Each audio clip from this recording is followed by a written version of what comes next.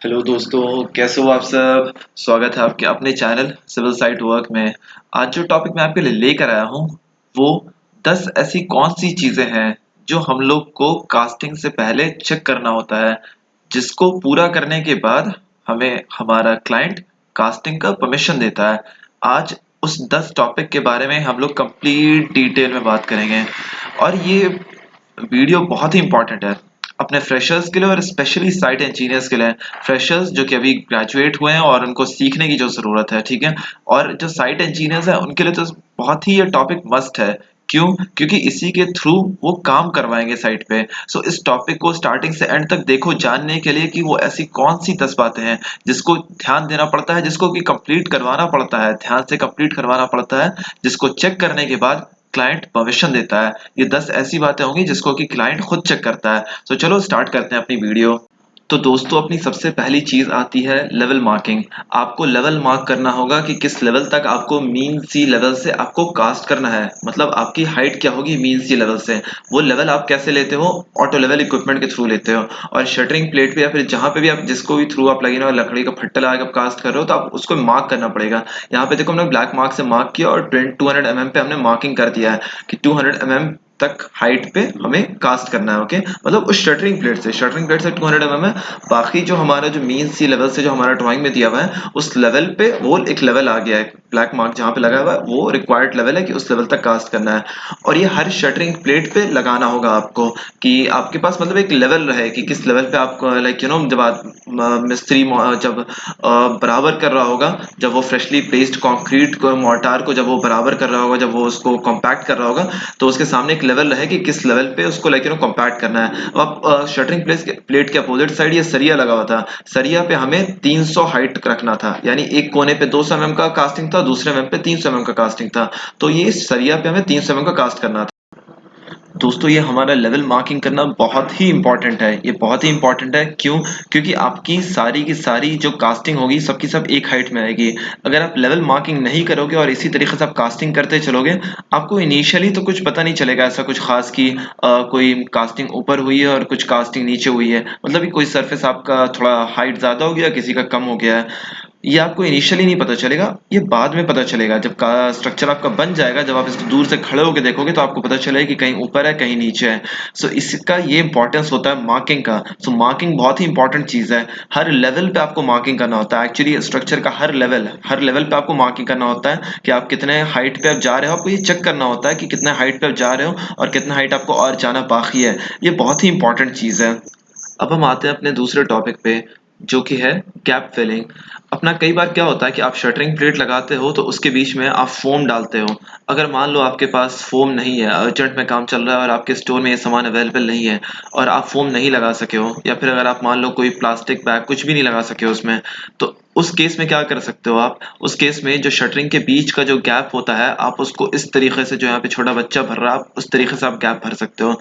कैसे? तो आप सीमेंट और सैंड का पेस्ट लो। सीमेंट कितना? एक बैग सीमेंट पे 4 बैग अपना सैंड। वो सीमेंट सैंड लो और उसके बाद आप उस गैप में आप पूरा का पूरा भर दो। देखो आपको कई सारे दिख रहा होगा, शटरिंग के बीच में गैप दिख रहा होगा, आपको कहीं पे भी फोम नहीं लगा हुआ दिख रहा होगा कि फोम लगाया ही नहीं गया है कहीं भी शटरिंग प्लेट के बीच में। और दोस्तों, जब ऐसा होता है ना कि जब फोम नहीं लगा हुआ होता बीच में, जैसे कि आप सामने देख रहे हो, तो उस केस में क्या होता है ना कि स्लरी लीक करता है। अपना ऐसे कंडीशन में स्लरी लीक करने लगता है। सो उसको स्लरी को लीक होने से बचाने के लिए क्या करना पड़ता है कि हम लोग सीमेंट सैंड का पेस्ट बना के प्रॉपरली उसको डाल देते हैं।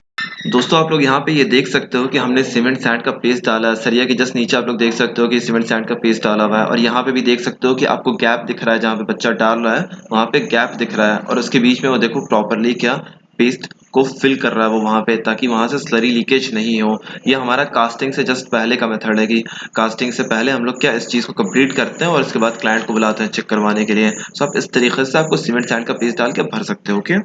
और दोस्तों, तीसरी सबसे बड़ी इंपॉर्टेंट चीज कि कोई भी इम्प्योरिटीज नहीं होनी चाहिए किसी भी तरीके का। रॉक, नेचुरल रॉक, या फिर अपना सैंड, या फिर इसी तरीके से ड्राई सैंड, या फिर एग्रीगेट, या फिर सॉइल, कुछ भी या फिर कोई पैकेट रैपर प्लास्टिक का कुछ भी नहीं होना चाहिए अपने सरफेस पे जिसपे कि हमें कास्ट करना है। अभी आपने देखा वो रॉक सरफेस, वो रॉक कुछ डला हुआ था वहां पे, उसके साथ कास्टिंग परमिशन नहीं मिलेगा, आपको वो रॉक रिमूव करवाना होगा, उसके बाद ही कास्टिंग मिल सकता है। बेसिकली ये है कि आपके कास्टिंग के एरिया में कोई भी इम्प्योरिटीज नहीं होनी चाहिए। अगर इम्प्योरिटीज होगा तो वहां पे वो कास्ट करने से क्लाइंट रोक देगा, वो बोलेगा पहले आप इम्प्योरिटीज निकालो उसके बाद ही आप कास्ट कर सकते हो। सो आपको ये चीज रेडी रखना होगा क्लाइंट के आने से पहले, साइट साइट पे आने से पहले, कि कोई भी इम्प्योरिटीज ना हो अपने उस पे साइट, अपने कास्टिंग एरिया पे। ओके दोस्तों, तीसरी बहुत ही बड़ी इंपॉर्टेंट चीज वो ये होती है कि अपने जो साइट पे जो हमने जो सरिया लगाया है उसका डाया क्या है, उसको किस तरीके से प्लेस करना था और उसकी स्पेसिंग कितनी थी।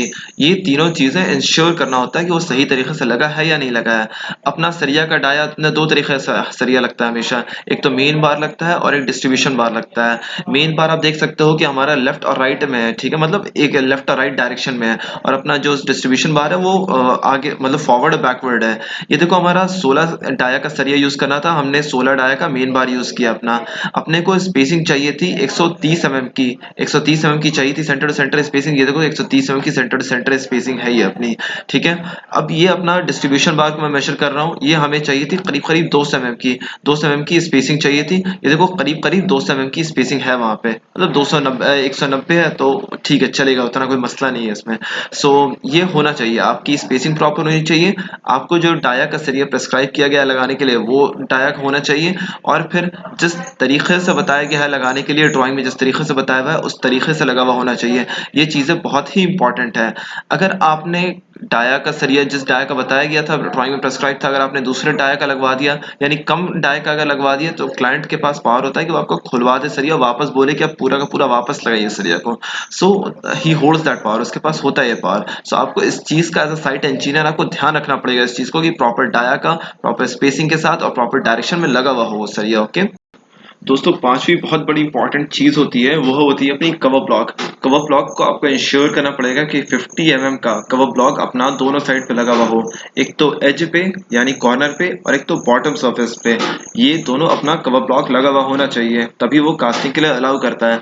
अगर ऐसा नहीं होना चाहिए कि अपना सरिया क्या शटरिंग प्लेट से सट गया है, अगर सरिया अगर शटरिंग प्लेट से सट जाएगा तो इसका मतलब है कि कास्टिंग करेंगे तो शटरिंग प्लेट मतलब शटरिंग कास्टिंग करने के बाद जब शटरिंग प्लेट हटाएंगे तो अपना कंक्रीट फेस पे ना वो सरिया दिखेगा, तो देख वो कंक्रीट के अंदर जाएगा ही नहीं वो सरिया। इसीलिए क्या हमारा कवर होना चाहिए, अगर 50 का नहीं तो कम से कम 40 अगर वो भी नहीं तो कम से कम तो 30 25 होना ही चाहिए, 25 तो कम से कम तो अपना कवर होना ही चाहिए। ओके सो आपको इंश्योर करना पड़ेगा कि कवर दिया गया है आपके कास्टिंग एरिया में एकदम प्रॉपरली कवर होना चाहिए। ओके और दोस्तों, इसके बाद आता है अपना सबसे बड़ा चीज जो कि है अपना शटरिंग प्लेट का लाइनिंग और सपोर्ट प्लेसिंग।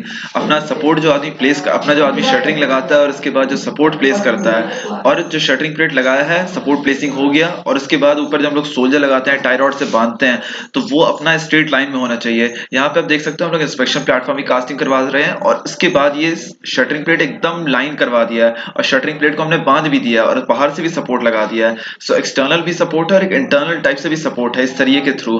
तो ये लाइनिंग करना और सपोर्ट प्लेसिंग करना ये बहुत ही जरूरी है, और लाइनिंग अपना बहुत ही जरूरी है, क्योंकि अगर एक लाइन में नहीं होगा अगर शटरिंग प्लेट तो वो कास्टिंग लाइक ऐसे करने नहीं देगा। क्लाइंट आके यही चीज सबसे पहले चेक करेगा कि वो लाइनिंग में है या नहीं है। और दोस्तों, अगर हमारा प्लेट लाइनिंग में नहीं है तो ये आपकी जिम्मेदारी है एज अ साइट इंजीनियर कि आप उसको लाइनिंग में करवाओ। ये देख सकते हो कि हमारा प्लेट हमने एकदम लाइनिंग में करवा रखा है, करीब करीब हमने लाइनिंग में करवा रखा है उसको, 19-20 चलता है। सो इस तरीके से आपको लाइनिंग में करवा रखना होता है उसको, और प्रॉपर सपोर्ट आपको देना होता है पीछे से जैक का, और उसके बाद ऊपर से सरिया का। अगर आप मान लो कोई वॉल की कास्टिंग कर रहे हो तो उसमें क्या आप टाई रॉड से क्या आपको सोल्जर टू सोल्जर आपको उसको पैक करना पड़ता है। मैं टाई रॉड्स पे ही वीडियो लाऊंगा, इसके बाद आएगी मेरी वीडियो टाई रॉड्स पे भी, उसमें ही बताऊंगा टाई रॉड कैसे लगाते हैं क्या होता है, उसके बारे में भी कंप्लीट डिटेल में बताऊंगा मैं उसके बारे में। सो इसमें इतना ही कि आपको समझने की जरूरत है कि प्लेट की अपनी लाइनिंग एकदम स्ट्रेट होनी चाहिए। और दोस्तों 8वीं अपनी सबसे इम्पोर्टेंट चीज़ ये है कि हम लोग को कितने मीटर क्यूब का कास्टिंग करना है, उसके हिसाब से हमें क्यूब लाके रखना होगा अपने साइड पे पहले से ही। और स्लम्प टेस्ट की भी जो अपनी कोन आती है उस कोन को भी लाके रखना होगा। हमारा 7 मीटर की भी कास्टिंग था तो हमने यहाँ पे 6 क्यूब लाके रखा है। फिर दूसरी चीज़ आती है कि आपका सीमेंट कितना अवेलेबल है स्टॉक में, और कितना और ज़रूरत है उतना आपको मंगा के पहले से अरेंज करके रखना होगा। ये देखो 20 mm एग्रीगेट, ये 20 mm एग्रीगेट है, ये पहले से ही हमारे पास स्टॉक में पड़ा हुआ है। ओके, और फिर उसके बाद वो सामने आप देख सकते हो कि 10 mm एग्रीगेट रखा हुआ है, मैं अभी आपको लेके चल के दिखा रहा हूँ। और उसी तरीके से अपने पास फाइन एग्रीगेट यानी सैंड भी रखा हुआ है अपने पास। तो मतलब अपने पास सारी चीजें स्टॉक में अवेलेबल है। ओके, ये चीजें तो इसी तरीके से आपको भी अपने पास स्टॉक में साइट में मंगा के रखना होगा पहले से, कास्टिंग के कुछ दिन पहले से मंगा के रखना होगा ये सब चीज अपने साइट पे रेडी, जिससे कि आप कास्टिंग करवा सको अपनी। ओके, और दोस्तों उसके बाद कास्टिंग से पहले आपको ये भी चीज चेक करना होगा कि आपके पास फ्यूरी अवेलेबल है या नहीं है। और आप कास्टिंग करोगे तो किस चीज से करोगे, पंप से या शूट से। अगर आप शूट से कास्टिंग करना है तो आपके लिए एक फ्यूरी भी काफी हो जाता है, ठीक है। लेकिन अगर आप पंप से कर रहे हो, जैसे कि हम लोग अपने केस में पंप से कर रहे हैं, ठीक है, तो वहां पे क्या हम लोग को 2 फ्यूरी चाहिए ही चाहिए होता है। और आपको फिर तीसरी चीज ये ध्यान पे रखनी होती है कि आपके पास फ्यूरी अगर आप यूज कर रहे हो तो आपके पास वाटर सफिशिएंट है या नहीं है साइड पे। आपके पास वाटर भी होना चाहिए। आप यहाँ देख सकते हो कि एक साइड क्या टैंकर लगा हुआ था हम लोग का, और दूसरे साइड क्या वो दूसरी फ्यूरी, वो पीछे एक कैनाल है, छोटा सा एक कैनाल है, वहां से पानी वो भर रहा था अपना। सो अपने पास वाटर का भी जो सोर्स है वो सफिशिएंट अवेलेबल है। सो आपको ये चीजें इंश्योर करनी पड़ेगी साइड पे। और फिर तीसरी चीज की लेबर का भी आपको रिक्वायरमेंट रखना पड़ेगा कि लेबर सफिशिएंट होनी चाहिए कि आपके पास सीमेंट का बैग्स कट करके वो फ्यूरी में डाल सके। कम से कम तो एक फ्यूरी के लिए 3 लेबर लगता है, कि अगर दो फ्यूरी है तो एक में 3 लेबर, दूसरे में 3 लेबर, इस तरीके से मिला के टोटल 6 लेबर लगता है। अगर आप 3 फ्यूरी यूज कर रहे हो, अगर बहुत बड़ी कास्टिंग आपकी 60-80 एम क्यूब है, मतलब बड़ी कास्टिंग है 60 एम क्यूब, 80 एम क्यूब या फिर 100 एम क्यूब है, फिर उससे भी ज्यादा, तो 3-4 फ्यूरी। अगर 3 फ्यूरी है तो 9 लेबर, और अगर 4 फ्यूरीज है आपके पास तो 12 लेबर। तो दोस्तों इस तरीके से आपको अपनी मशीनरी का, वाटर का, क्यूब का, सीमेंट का, सैंड का, फ्यूरी का, सब चीज का आपको इंतजाम करके रखना पड़ता है। और दोस्तों इसके बाद अपने सबसे सबसे सबसे इम्पोर्टेंट चीज आती है कास्टिंग के लिए, जिसके बिना क्लाइंट आपको कभी भी कास्टिंग नहीं करने देगा, और जिसको कि आपको कास्टिंग स्टार्ट करने से पहले भी आपको स्टार्ट करके उसको टेस्ट ट्रायल करके देख के उसके बाद ही आपको कास्टिंग का परमिशन दिया जाता है। वो क्या है, अपना वाइब्रेटर और नीडल। वाइब्रेटर होना चाहिए और उसके साथ साथ उसका नीडल होना चाहिए, और उसके साथ उसको लगाने वाला एक पिन भी होना चाहिए, और उसके साथ रोप होना चाहिए। ये रोप जो आप देख रहे हो जो बांध रहा है, ये देखिए जो घुमा के उसके ऊपर जो लगा रहा है, सो ये रोप आपके पास अवेलेबल होना चाहिए। वाइब्रेटर आपका वर्क कर रहा होना चाहिए, आपके पास डीजल उसमें प्रॉपरली 5 लीटर होना चाहिए। अगर आपके पास इलेक्ट्रिक वाला यूज कर रहे हो तो ठीक है, आपके पास इलेक्ट्रिसिटी का सोर्स होना चाहिए। अगर आप डीजल यूज कर रहे हो, आप डीजल वाइब्रेटर यूज कर रहे हो, तो आपके पास डीजल अवेलेबल होना चाहिए साइड पे। तो इस तरीके से क्या आपके पास इंतजामात होना चाहिए साइड पे। अगर साइड पे अगर इंतजामात नहीं होगा तब तो फिर कास्टिंग ही नहीं करने देगा। यहाँ देखो दोस्तों हमारा वाइब्रेटर उसने स्टार्ट किया, और देखो वो नीडल मूव कर रहा है अपने आप। और वाइब्रेटर का तो आपको पता ही है क्या इंपॉर्टेंस रहता है। टेक्निकल अगर टर्म में बात करें तो अपना जो स्ट्रक्चर जो हम लोग कास्ट कर रहे होते हैं, वाइब्रेटर उसमें डालने के बाद क्या होता है, at the time of casting क्या होता है, वाइब्रेटर हम लोग डालते हैं उसमें, नीडल डालते हैं उसमें, तो उससे क्या होता है कि जो एयर वॉइड्स होता है ना अपने मोर्टार के बीच में जो फंसा हुआ जो एयर वॉइड्स होता है वो उसको बाहर निकाल देता है। उसका क्या फायदा होता है कि हनीकॉम्ब नहीं आता स्ट्रक्चर में कोई भी हनीकॉम्ब नहीं आता है उससे। तो उसका सबसे बड़ा ये फायदा होता है। तो दोस्तों ये रहा अपना 10 चीजें जिसका कि आपको ध्यान रखना होगा साइट पे कास्टिंग करवाने से पहले।